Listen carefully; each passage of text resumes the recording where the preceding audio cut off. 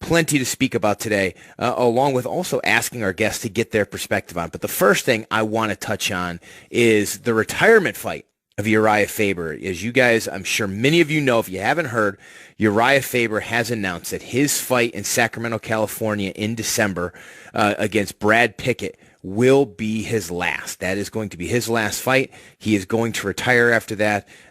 It's just an incredible, incredible career for him with everything he's done. Now, here's the question I pose to you. Never won UFC gold. Obviously was a reigning WEC featherweight champion before the UFC even had that weight class. Do any of you doubt his ability or his acceptance into the UFC Hall of Fame immediately? Is there any reason Urijah Faber should be kept out of that? My opinion, my take on it, absolutely not. I think what he's done inside and outside the octagon, he's been a pioneer. The first, most people consider him the first below 155-pound star of this sport for very long, had to really carry that. When I was in the WEC, he had to carry that brand on his back.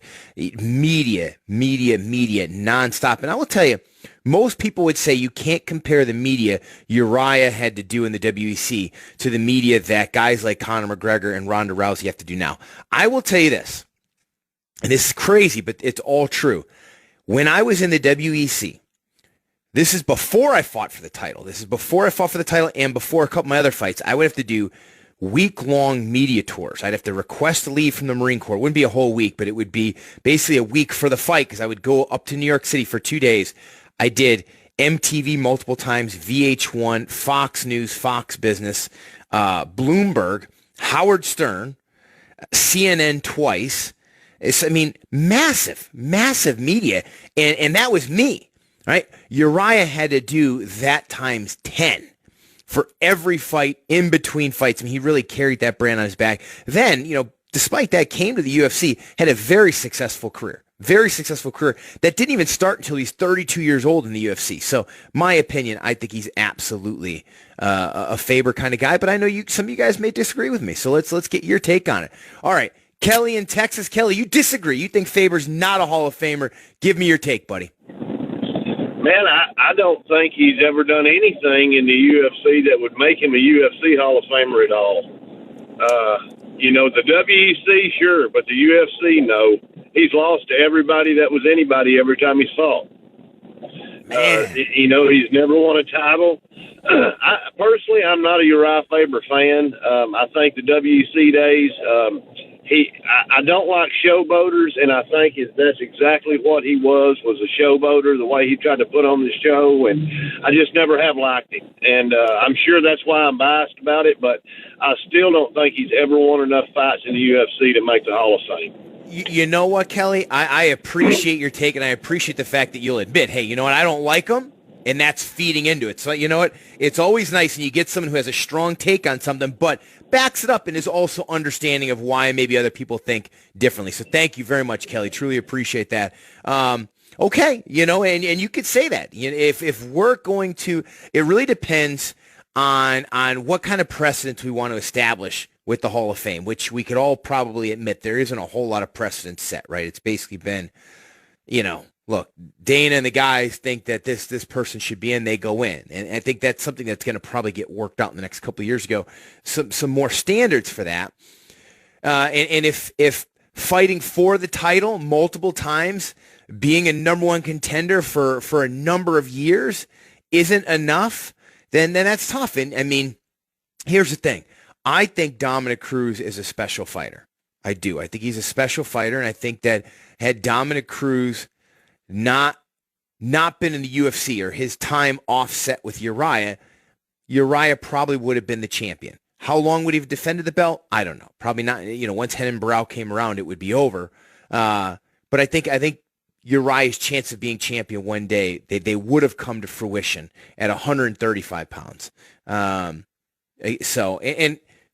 look, I admit, if it were up to me, I don't care. It's hard for me to not want to let guys in the Hall of Fame. I love these athletes. So I guess you could say I'm a little biased the other way for any of these guys, but I think that this sport is so hard one, just to get a title fight in your career. It's very difficult.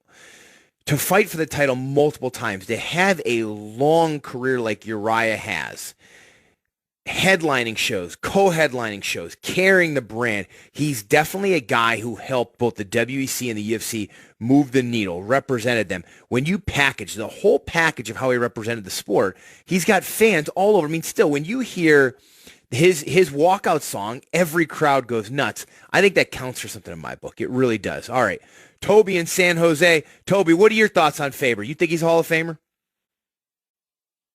Yeah, I think definitely for a non-title holder, if there's ever going to be one that's a Hall of Famer, Uriah's probably it. I think he's a good role model for other fighters to follow, just in the way he's managed himself and his business. But I would say one thing: if you can get to that show, there is nothing like watching a fight night where Urijah Faber is the headliner in Sacramento. It is electric. That's awesome. That's awesome, Toby. Thank you very much. And you know, Toby hit on something there that is part of my point.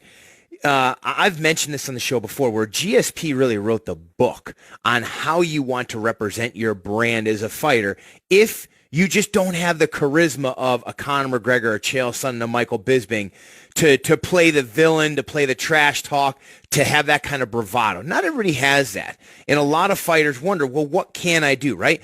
GSP wasn't a trash talker. He was excellent in the octagon, right?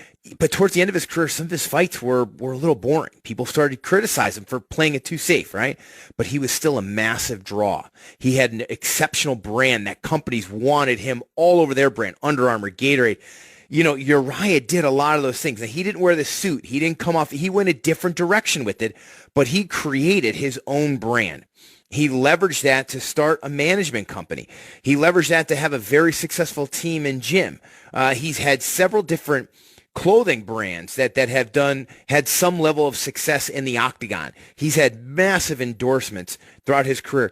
That counts for a lot, and that definitely helps to push the needle. And that's really the basis of my argument, to have that kind of sustained excellence, to be a champion in the WEC, the best guy at 145 pounds for that long, then be the second best in 145, then 135 for a long time, top 3, 4, 5, beating top guys when you're in your mid-30s.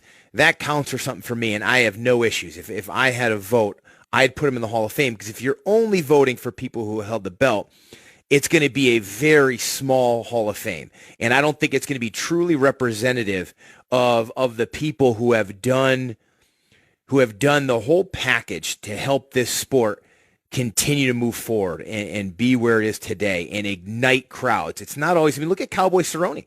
He's never realized UFC gold, and he's another one. If that's your standard, then as of right now, if his career stops, despite all the fights and the amazing performance he's put on, you're not going to put that guy in the Hall of Fame. I have a hard time agreeing with that. So